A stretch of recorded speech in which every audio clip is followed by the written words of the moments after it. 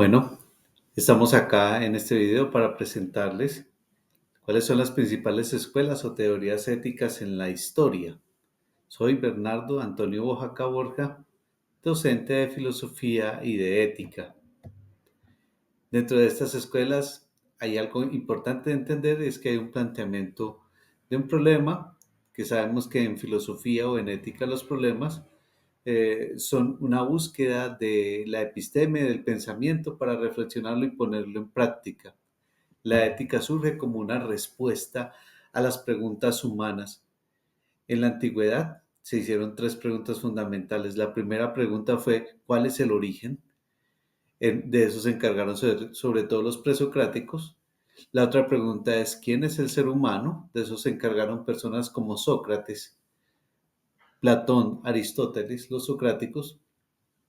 Y después se hizo la tercera pregunta: ¿hacia dónde va el ser humano? ¿Qué implica el comportamiento humano? Y empezaron a surgir las teorías éticas. Dentro de estas teorías éticas vamos a tocar cinco fundamentales: la escuela aristotélica, la escuela estoica, la escuela epicúrea. También vamos a hablar de la ética del deber de Immanuel Kant y del utilitarismo. Bien, comencemos con la ética aristotélica. La ética aristotélica parte de la virtud.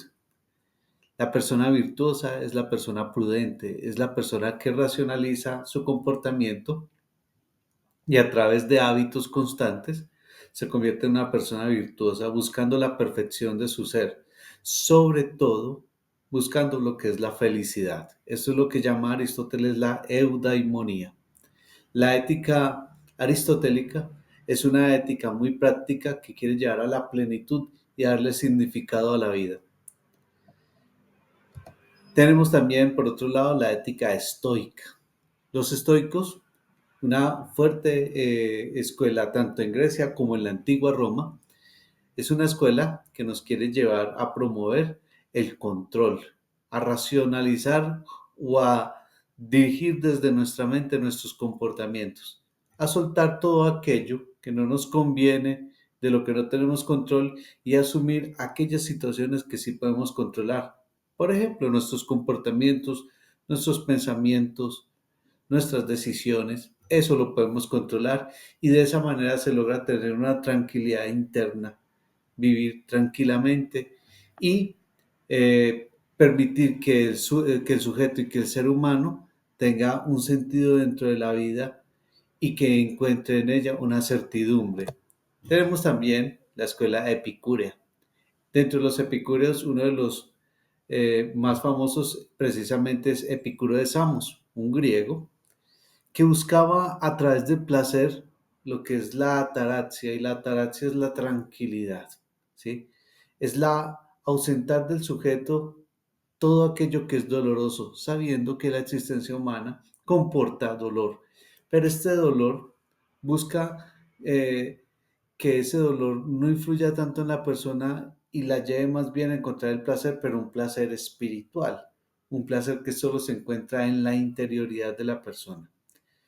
Es como el placer que se siente de haber leído un libro, el placer que se siente después de una meditación, el placer que se siente después de un momento de silencio, de paz, de tranquilidad, el placer que se siente en el contacto con la naturaleza. Posteriormente, estas fueron escuelas de la antigüedad, vamos a unas escuelas que es la escuelas que se fundaron en la modernidad. Tenemos en el siglo XVIII a Immanuel Kant. Immanuel Kant nos plantea la ética, la deontología. La ética de la deontología es una ética unida a una moral de las acciones correctas que parten de lo que él llama el imperativo categórico, ¿sí? Que todas aquellos argumentos, razonamientos, pero también aquellas actitudes sean principios universales. O sea, hacer que estos comportamientos les sirvan a todos. Y dentro de esto lo más importante es cumplir con el deber. Para Immanuel Kant, lo fundamental de la ética no es saber si la ética me produce placer, satisfacción, sino que la ética realmente sea la consecuencia de nuestros actos, de nuestras responsabilidades, de asumir el compromiso personal, de darle sentido al deber, ¿cierto? Eso para él se convierte en una ley moral universal. Tenemos finalmente dentro de las escuelas que hemos elegido el utilitarismo. El utilitarismo es una escuela que se fundamenta en dos pensadores grandes de la modernidad, Jeremy Bentham y John Stuart Mill. El utilitarismo es como una ética también muy unida al placer. Pero, ¿en qué sentido? Para Jeremy Bentham, que es matemático, el placer significa disminuir el dolor. Entre menos dolor, mayor placer. Entre menos actos de dolor y sumar mayores actos de placer. Es como una ecuación matemática. En cambio, John Stuart Mill la sitúa más bien desde un punto de vista cualitativo, la cualidad. Así el placer sea pequeño, pero sentir y disfrutar ese placer. Y el placer en que se encuentra en lo útil, en aquello que le sirve a todos, en aquello que le favorece a todos. Es una ética que busca el bien de todos. Entonces, tenemos estas 5 escuelas éticas. De estas 5 escuelas éticas, quiero presentarles a continuación una reflexión que nos comparte un docente, el profesor. Buenas noches, estoy con el profesor Juan Camilo Calero del Colegio Montessori, profesor de ética, un experto en todos estos temas de las escuelas éticas y las teorías éticas durante la historia. Juan Camilo, cuéntenos para usted qué influencia han tenido estas escuelas, algunas de la antigüedad, otras de la modernidad, en el sujeto actual. Bueno, hoy por hoy yo creo que el hombre ha adoptado varias escuelas sin llegar a reconocer como su epistema en profundidad. Y esto hace que, por ejemplo, hoy por hoy todas esas escuelas tengan una influencia muy grande sin que nos demos cuenta. Por ejemplo, si tú decides ser una persona puntual, responsable, honesta con el trabajo que tú tienes, o ya sea en la escuela o en cualquier lugar donde te encuentres, y que tú estés queriéndote convertir en una mejor versión de ti mismo, pues aquí estás aplicando una escuela ética de la escuela ética aristotélica, en donde se basa en el cultivo de las virtudes. Pero, por ejemplo, si nos vamos a otro caso, cuando alguien respira profundo, acepta una situación que no puede controlar y actúa con calma en momentos de rabia, de enojo, pues está aplicando la escuela ética del estoicismo.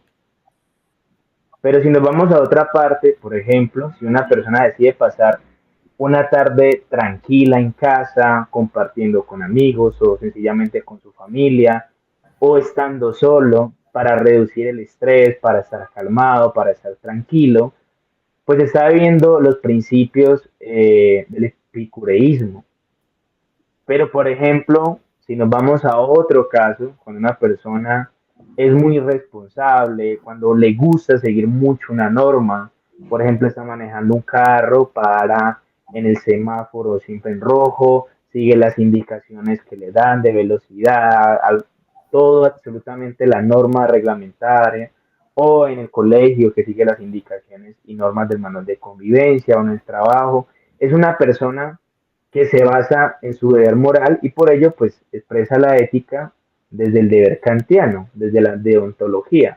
Pero por ejemplo, si tú eres una persona que piensa o toma tu decisión siempre pensando en el bienestar de la mayoría de personas, por ejemplo, te vas a ir en un viaje y decides que es más ahorrativo de tiempo, de gasolina, de dinero, irse todos en un mismo carro, pues porque va a beneficiar a la mayoría cuando van a ir a un lugar de paseo, pues esa persona está aplicando el utilitarismo de las escuelas pues, que hemos venido viendo ética.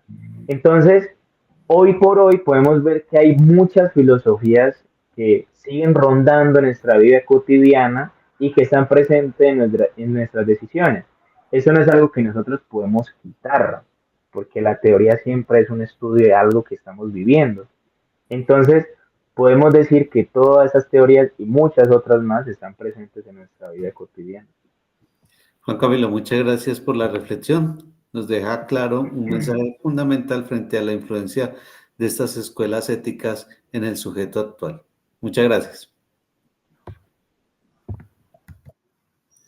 Ahí teníamos entonces la intervención del profesor Juan Camilo que nos pone estas escuelas ya pasar de lo teórico a cuestiones más prácticas y cuando vemos lo práctico ya comprendemos un poco más de ellas. La ética es fundamental para guiar la vida, para hacer una reflexión profunda de la vida, para darle sentido a la vida y encaminarnos hacia la concesión de nuestros logros, de nuestras metas, para ayudarnos a desarrollar valores y principios que acompañarán toda nuestra vida. Por último, les quiero compartir con ustedes este enlace donde dice Quiz Ética. Ahí le puedes dar clic para que vayas a desarrollar un quiz interactivo y puedas desarrollar una actividad en la que puedas plasmar el conocimiento y tu aprendizaje a partir de este video. Feliz noche, muchas gracias a todos.